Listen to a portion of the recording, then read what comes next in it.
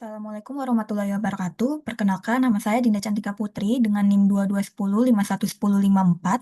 Kali ini saya akan menjelaskan mengenai pembahasan yang telah saya jawab terhadap soal ujian tengah semester ganjil semester 7, yang mana sebelumnya telah diberikan dua soal mengenai kompleksitas algoritma dengan pembahasan mengenai dasar kompleksitas, efek kompleksitas algoritma, efisiensinya, analisisnya mengenai asimptotik dan Big O. Lalu yang kedua terdapat mengenai penjelasan pertanyaan mengenai pengelolaan data sensor IoT di lapangan. Yang pertama, kita akan membahas mengenai dasar dari kompleksitas itu sendiri. Pada soal pertama, disediakan dua algoritma yang mana di algoritma pertama dan algoritma kedua adalah masing-masing pseudocode, yang mana pada algoritma pertama dijelaskan bahwa fungsi fun dengan nilai n yang bersifat integer dan diinisialisasikan kembali variabel m sama dengan 2000 yang mana bernilai integer. Lalu di dalamnya ini terdapat perulangan for yang mana nilai I dimulai dari 0 hingga batasan N per 2, dan I dilanjutkan looping terus-menerus setelahnya, dan dilanjutkan kepada loop dalamnya yang mana integer J sama dengan 0, dimulai dari 0, dan J dengan batasan M dikalikan 1000, dan J ini terus melooping untuk eksekusi dalamnya, yang mana eksekusi dalamnya ini adalah console print I plus J. Lalu yang kedua, terdapat algoritma function fun juga sama, tapi dengan looping yang berbeda dibandingkan algoritma yang pertama,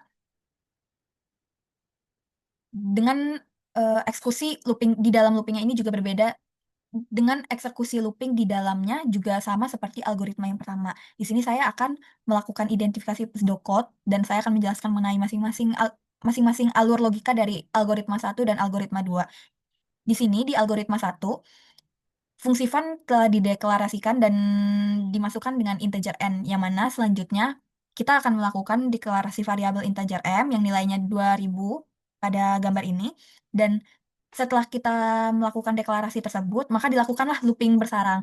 Makanya pada gambar tersebut terlihat looping for, lalu menuju for lagi, baru terdapat eksekusi yang akan dilakukan. Di dalam looping bersarang ini terdapat dua looping yang bernama looping dalam dan looping luar. Yang dilakukan pertama adalah looping luar, yang mana kontrol perulangan integernya ini dimulai dari 0 seperti yang saya sebutkan sebelumnya, sampai batasan n per 2, yang mana dimulai dari 0 sampai n per 2, dan nilai i terus berlanjut melakukan perulangan. Lalu alurnya ini dilanjutkan dengan penyelesaian loop yang berada di dalam, yang merupakan bagian dari loop bersarang ini, dengan batasan yang telah saya sebutkan sebelumnya, dan perulangan terus dilanjut. Lalu selanjutnya, kita akan mengeksekusi pekerjaan pada loop dalam, yaitu console print I plus J, dan kita terus mengeksekusinya sampai menemukan ketidakcocokan antara parameternya, yang mana tidak menentukan syarat dari parameter dalam, dan jika kita tidak bisa menemukan parameter dalamnya, kita akan melanjutkan ke parameter yang di luar. Berlanjut terus seperti itu sampai perulangan iterasi dalam berhenti, lalu dilanjut lagi perulangan iterasi luar berhenti, dan kalau misalnya perulangan iterasi luarnya ini berhenti, nilai indeksnya balik lagi reset ke 0, yang mana nanti menyebabkan penghentian fungsi proses algoritma yang pertama. Lalu yang kedua juga sama, namun bedanya di sini adalah integer m-nya sudah dideklarasikan dan bukan nilai konstanta, yang mana bernilai n sama n dibagi 1000, dan dilanjutkan lagi dengan looping bersarang, dan kontrol dari perulangan loopingnya tersebut, yang mana I sama dengan 0, I dengan batasan N per 2, dan I-nya ini terus berlanjut untuk loop luar, dan untuk loop dalamnya sendiri juga sama seperti algoritma yang pertama, tapi di sini pembedanya adalah nilai J-nya bertambah tiap perulangan. Jadi J plus sama dengan 20. Lalu eksekusi loopnya terus berlanjut dalam berupa pernyataan console print seperti algoritma pertama, dan terus dieksekusi hingga kondisi batas parameternya ini tidak terpenuhi hingga proses fungsi berhenti sepenuhnya. Untuk algoritma pertama sendiri ini kan ditentukan batas parameternya, yang mana iterasi luar ini sama dengan n per 2, dan iterasi dalamnya ini m sama dengan 2000. Lalu sebelumnya juga disebutkan bahwa pada loop luar adalah indeks I sama dengan 0 sampai m dikalikan 1000. Ini mengindikasikan bahwa kita perlu mengalihkan nilai dari variabel m ini ke dalam batas parameter iterasi yang di dalam, yang mana kita mengalihkan 2000 ini dengan 1000 dan menghasilkan perputaran loop sebanyak 2 juta. Berbeda dengan Berbeda dengan algoritma 2 yang mana batas parameter iterasi luarnya itu sama, namun iterasi dalamnya ini berbeda yang mana M-nya ini bukan konstanta, melainkan nilai pembagi yang mana N sama dengan 10.000, lalu perulangannya dilakukan J plus sama dengan 20 yang mana mengindikasikan bahwa kita melakukan perulangan tiap 20 kali itu langsung dipulangkan dalam satu looping, yang mana kita melakukan pembagian secara matematisnya M sama dengan N dibagi 10.000 dibagi 20.000. Yang mana menghasilkan M sama dengan N dibagi 200.000. Untuk eksekusi dalamnya juga sama. Kita akan melakukan console print I plus J yang mana TN TN ini merupakan perumpamaan merupakan kompleksitas waktu yang dibutuhkan oleh suatu algoritma. Yang mana cara kita mengetahuinya adalah loop luar ini bisa kita kalikan dengan loop dalam. Yang mana batas parameter loop luar ini adalah N/2 dikalikan M dikali 1000. Yang mana kita mendapatkan hasilnya 1 juta dikalikan dengan N, banyaknya inputan. Nah, dalam nilai 1 juta ini akan konstan dan tidak akan mengaruhi perkembangan waktunya. Maka yang menjadi pengaruh waktu kompleksitasnya adalah linear dengan N, besar atau banyaknya data yang diproses. Lalu untuk eksekusi dalam algoritma 2, sama seperti sebelumnya, namun berbeda dengan M-nya aja, maka dihasilkan N kuadrat dibagi 200.000. Lalu untuk menjawab pertanyaan yang A, hitung berapa kali pernyataan console print I plus J dieksekusi pada setiap nilai N. Sebelumnya sudah saya jelaskan mengenai bagaimana kita menggunakan variabel M-nya pada masing-masing algoritma. Lalu kita tinggal melakukan pemasukannya aja pada algoritma pertama yang mana sudah saya jelaskan sebelumnya bahwa untuk menentukan berapa kali pernyataan konsolidasinya dieksekusi, yang mana kita melakukan perulangan terus-menerus. Jadi diinisialisasikan N/2 dikalikan 2 juta yang hasilnya kita mengalihkan 1 juta kali berdasarkan inputan yang dimasukkan. Di sini kasusnya adalah kita memasukkan input N sama dengan 10 untuk nilai N-nya, maka pernyataan dieksekusi sebanyak 10 juta kali. Lalu untuk N20 tinggal kita kalikan dengan 20 yang mana menghasilkan proses eksekusi sebanyak 20 juta kali.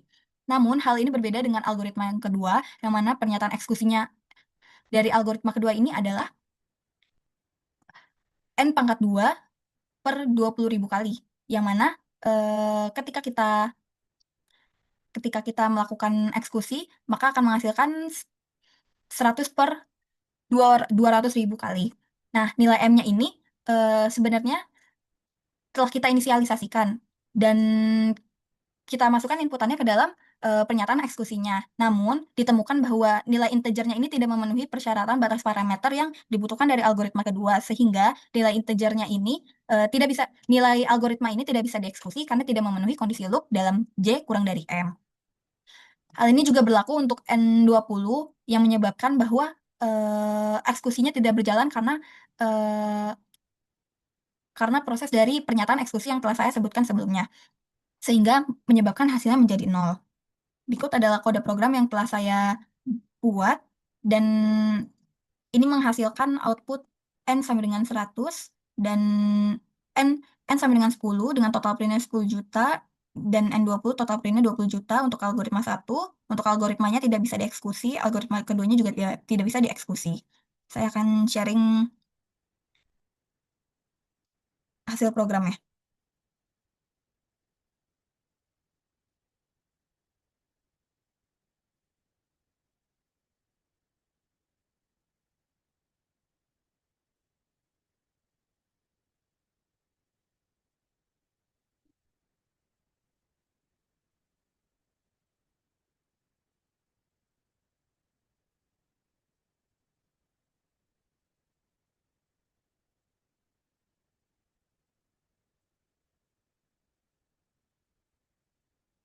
Oke, sembari menunggu programnya loading, kita akan lanjut pada poin berikutnya.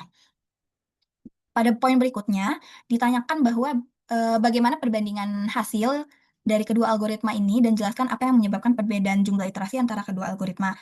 Sebelumnya telah dibandingkan hasil eksekusi antara algoritma 1 dan algoritma 2 yang mana algoritma 1 ini ketika diinputkan 10, nilai pernyataannya menjadi 10 juta kali looping, dan N20 ini pernyataannya dieksekusi sebanyak 20 juta kali dan berbeda dengan algoritma 2. Algoritma 1 ini sebenarnya lebih cepat untuk ketika nilai N-nya ini besar karena kompleksitas waktu yang terbentuk dari algoritma pertama adalah linear karena dia terpengaruh dari nilai konstanta yang telah diinisialisasikan nilainya sebelumnya pada variabel M. Dan algoritma 2 ini sebenarnya juga cepat, tapi pada kondisi tertentu, yaitu ketika nilai N-nya kecil, karena nilai M-nya ini masih sangat kecil dan hasil eksekusi yang dihasilkan pun pertumbuhannya menjadi lambat pada N dengan pertumbuhannya menjadi lambat ketika nilai N-nya merupakan nilai yang kecil. Hal ini bisa menyebabkan perbedaan jumlah iterasi pada masing-masing algoritma. Yang pertama, telah saya sebutkan sebelumnya mengenai nilai M-nya itu pada algoritma pertama adalah konstan, sedangkan yang kedua nilai variabel M-nya ini bergantung pada besarnya nilai N pada algoritma kedua. Lalu yang kedua, peningkatan variabel J juga mempengaruhi perbedaan jumlah iterasi. Pada algoritma satu, nilainya selalu naik satu, yang mana J++. Lalu pada algoritma kedua, iterasi dilakukan langsung 20, yang mana dalam satu putaran itu terjadi 1/20 yang dieksekusi, yang mana diinisialisasikan dengan J plus sama dengan 20.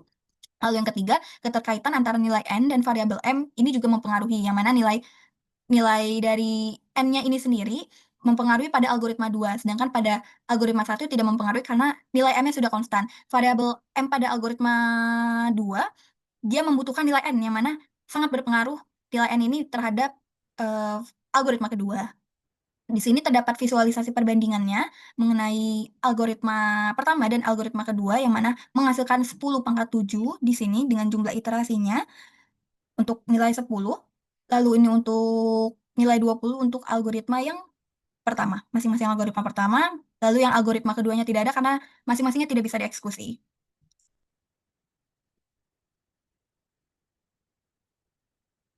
Lalu dilanjut untuk C, mengenai bagaimana perubahan ukuran input N yang memengaruhi jumlah langkah iterasi masing-masing algoritma.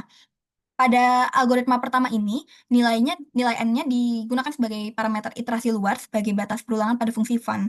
Namun, N ini hanya mempengaruhi jumlah iterasi luar yang sebelumnya telah saya jelaskan, karena nilai variabel M-nya ini merupakan nilai konstanta, yaitu 2000 pada algoritma pertama. Lalu, pada algoritma kedua, eh, nilai N ini juga mempengaruhi loop. Namun, pada algoritma kedua, dia mempengaruhi dua loop, yang mana loop luar dan loop dalam. Karena variabel M-nya ini diinisialisasikan bernilai N sama dengan 10.000, yang membuktikan bahwa nilai N ini sangat mempengaruhi jumlah perulangan pada loop dalam konsol print I plus J pada algoritma kedua. Lalu pada bagian D, apakah pertambahan N selalu berbanding lurus dengan pertambahan jumlah langkah?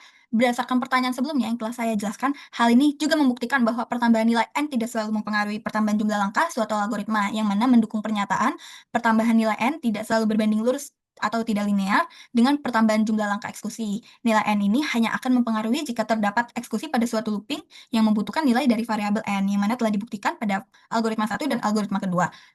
Lalu dilanjut pada poin E, apakah implikasi yang terjadi dari efisiensi algoritma ini sendiri, implikasi atau potensial dari kejadian yang telah kita lakukan atas pernyataan yang saya jelaskan sebelumnya terhadap efisiensi masing-masing algoritma, ini sebenarnya mempengaruhi beberapa kegiatan yang sehari-hari, kegiatan pemrograman yang telah kita lakukan. Yang pertama adalah efisiensi waktu, seperti pada algoritma satu yang meningkat secara linear ketika inputannya kecil, dan algoritma kedua yang kurang efisien ketika waktu inputannya ini besar. Lalu yang kedua, efisiensi sumber daya, misalkan seperti memori yang digunakan sebuah program, membutuhkan CPU yang lebih besar agar bisa menyimpan proses looping dan data change-nya lebih banyak antara algoritma satu dan algoritma kedua. Lalu untuk yang F, di sini adalah hasil perhitungan matematisnya, yang mana untuk algoritma satu dan algoritma 2 telah disebutkan dan telah dijabarkan mengenai bagaimana mendapatkan rumus kompleksitas waktunya, yang mana rumus dari kompleksitas waktu ini adalah Tn sama dengan nilai Fn dikalikan C plus C0, yang mana Tn dengan Fn-nya Fn sebelumnya ini batas parameter looping, N/2 dikalikan M kali 100 dikali C plus C0, dan didapatkan hasilnya Tn 10 TN 1 juta CN plus C0. Lalu untuk algoritma kedua juga sama, dengan TN-nya didapatkan ketika dipangkatkan menjadi 1/400.000 dikalikan N kuadrat. Lalu yang kedua, nyatakan dalam bentuk sederhana, misalkan TN sama dengan C dikali N. Pada algoritma pertama, sebelumnya kan sudah dijelaskan dan didapatkan bahwa hasil TN-nya ini adalah 1 juta dikalikan CN plus C0, dan pada algoritma kedua didapatkan 1/400.000 dikalikan N kuadrat. Lalu ketika kita menghilangkan konstantanya untuk disederhanakan nilainya, didapatkan bahwa Tn ini sama dengan C dikalikan N ditambahkan C0. Lalu untuk algoritma kedua, Tn sama dengan C n kuadrat ditambah C nol yang menghasilkan nilai tetanya atau average case-nya adalah Tn. Ini ekuivalen dengan teta n yang mana nilainya linear, dan pada algoritma kedua Tn ini ekuivalen dengan teta n kuadrat yang mana nilainya ini selalu kuadratik. Lalu untuk poin H, nyatakan notasi asimptotik dari masing-masing algoritma. Untuk big O ini atau worst case adalah Tn ekuivalen O dengan nilai N, lalu omega dengan atau biasa disebut sebagai base case dengan nilai Tn itu ekuivalen dengan omega nilai N, dan theta untuk average case dari algoritma satu Tn ekuivalen dengan theta N. Lalu untuk algoritma kedua juga sama, namun dengan nilai yang berbeda. Tn untuk worst case-nya adalah Tn ekuivalen O n kuadrat, lalu omega theta, atau untuk base case-nya Tn ekuivalen omega n kuadrat, lalu untuk average case-nya Tn ekuivalen theta n kuadrat. Lalu untuk poin I, jelaskan alasan pemilihan notasi tersebut berdasarkan bentuk perulangan di dalam algoritma. Untuk algoritma pertama, alasannya adalah karena jumlah langkah yang bertambah secara konstan terhadap nilai n, sehingga batas antara worst case, batas atas untuk worst case, batas bawah atau base case, dan rata-rata average case. Lalu untuk algoritma kedua, alasan pemilihannya adalah karena kedua perulangan pada algoritma tersebut sangat bergantung dengan nilai n-nya, yang mana hal ini meningkatkan jumlah langkah pertumbuhan yang dilambangkan dengan n kuadrat untuk nilai kompleksitasnya, dan pertumbuhannya ini sebanding dengan nilai n baik batas bawah, batas atas maupun average case. Lalu untuk poin J,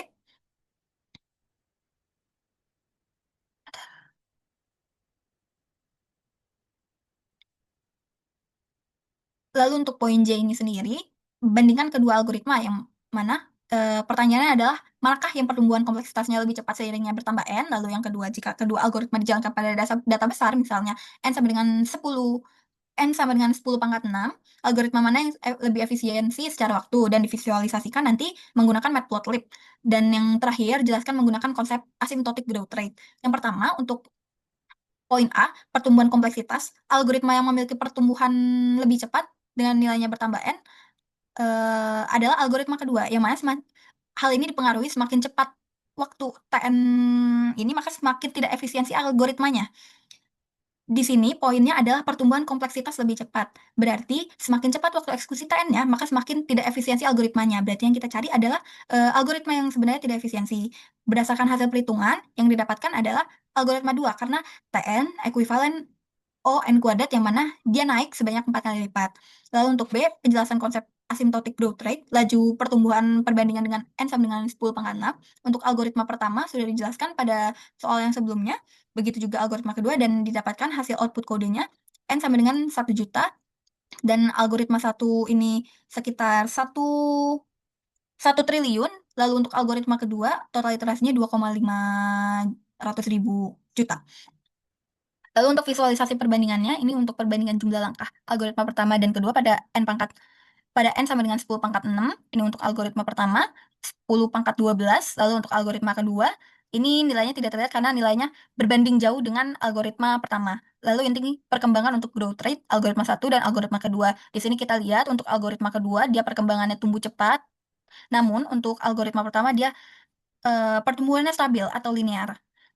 Kesimpulannya yang bisa kita dapatkan adalah berdasarkan pertumbuhan kompleksitas dari growth rate yang telah saya sediakan, untuk algoritma satu memiliki pertumbuhan yang lebih lambat dibandingkan algoritma kedua, karena algoritma satu hanya melibatkan loop luar untuk nilai n, dan pada algoritma dua melibatkan loop luar dan dalam untuk nilai n, sehingga ketika kita memasukkan nilai inputan yang besar, algoritma dua mengalami lonjakan waktu eksekusi yang signifikan.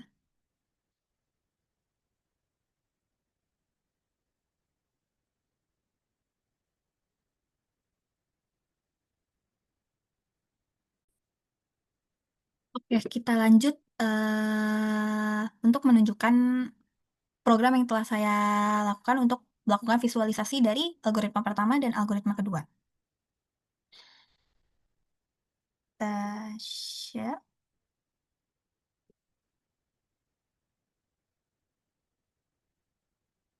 Oke.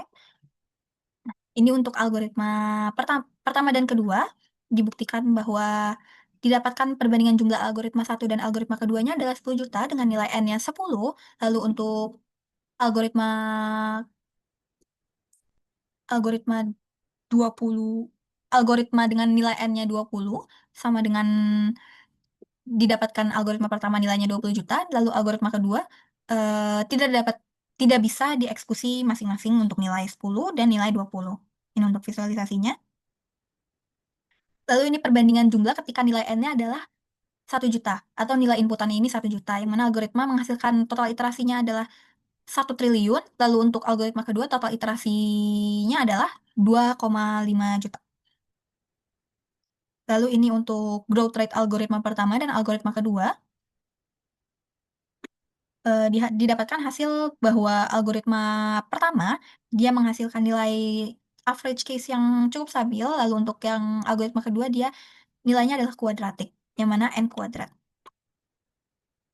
Lalu kita lanjut untuk nomor 2, yang mana kita akan membahas mengenai pengolahan data sensor IoT. Di soal disebutkan bahwa sebuah perusahaan smart city mengelola ribuan sensor lingkungan yang merekam data suhu dan polusi udara setiap detiknya.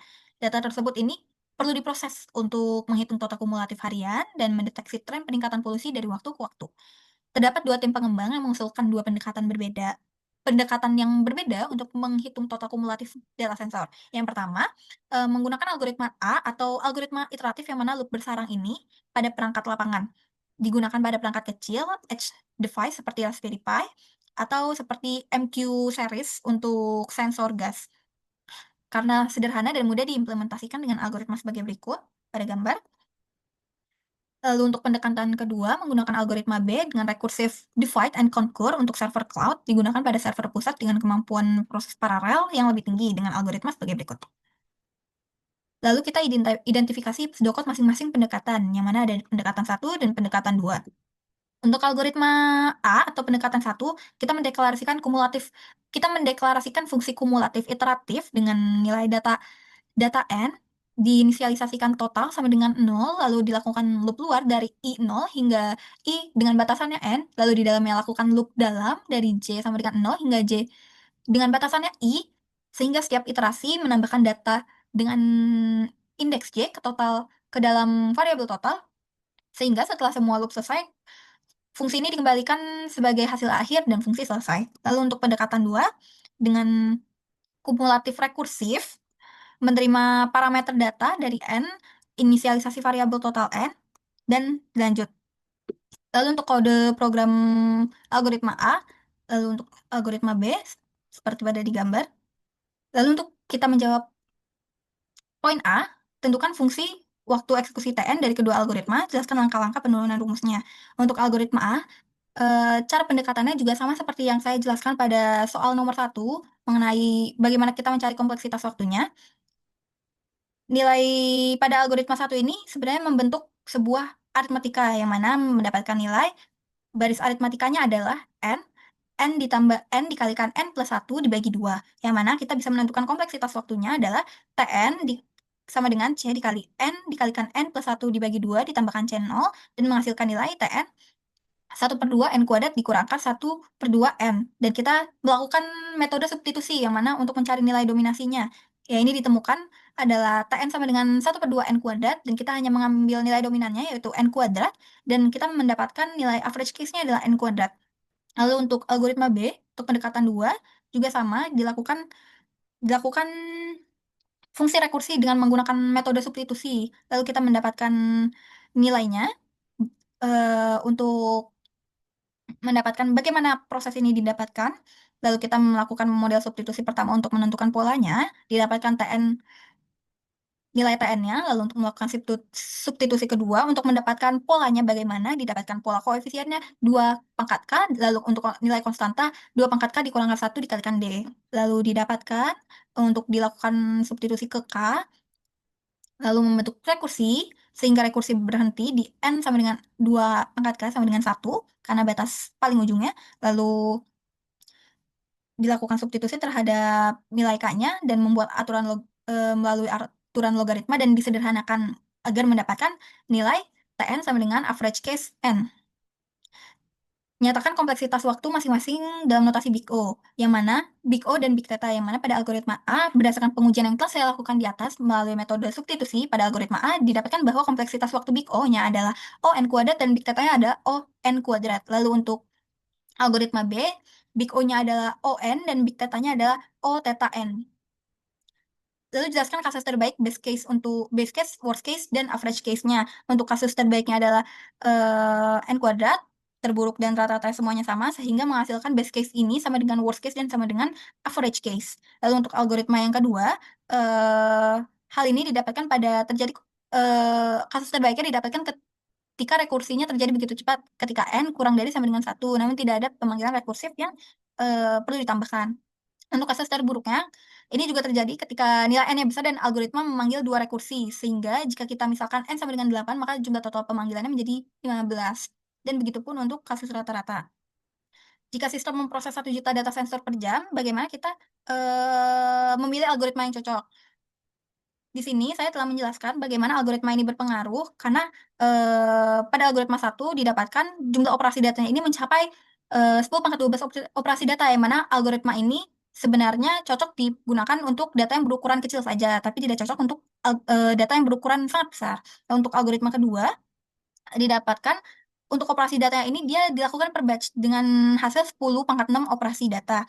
Dan sehingga didapatkan kesimpulan untuk algoritma yang cocok digunakan adalah algoritma B, yaitu rekursif. Dalam konteks pemantauan kualitas udara real time, yang cocok yang mana untuk digunakan algoritmanya? Untuk sensor di lapangan dengan keterbatasan memori dan daya, algoritma B ini lebih cocok digunakan daripada algoritma A iteratif dengan kompleksitas algoritma B-nya sekian. Lalu untuk server pusat, algoritma yang cocok adalah algoritma B. Lalu jelaskan implikasi efisiensi algoritma. Implikasi dari waktu responnya ini, algoritma ini bisa efisien dengan waktu eksekusi lebih cepat sehingga sistem dapat memberikan respon yang hampir real time. Lalu kedua, konsumsi daya juga tidak memakan terlalu banyak kapasitas memori sehingga membuat algoritma B ini lebih efisien. Lalu untuk skalabilitas jumlah sensor juga algoritma yang efisien ini mampu menangani pertambahan jumlah sensor tanpa penurunan performa yang singkat, seperti algoritma B. Lalu yang terakhir, jika sistem dioptimalkan, algoritma apa yang cocok untuk digunakan untuk meningkatkan efisiensi? Untuk meningkatkan efisiensi, algoritma dapat diganti dengan iteratif O n kuadrat menjadi divide and conquer atau streaming O n log n dikurang O n, yang mana hasilnya akan membuat sistem menjadi lebih responsif, hemat daya, dan mampu menangani lebih banyak data sensor secara real time. Ini untuk kode programnya. Nomor 2 perlu dijalankan.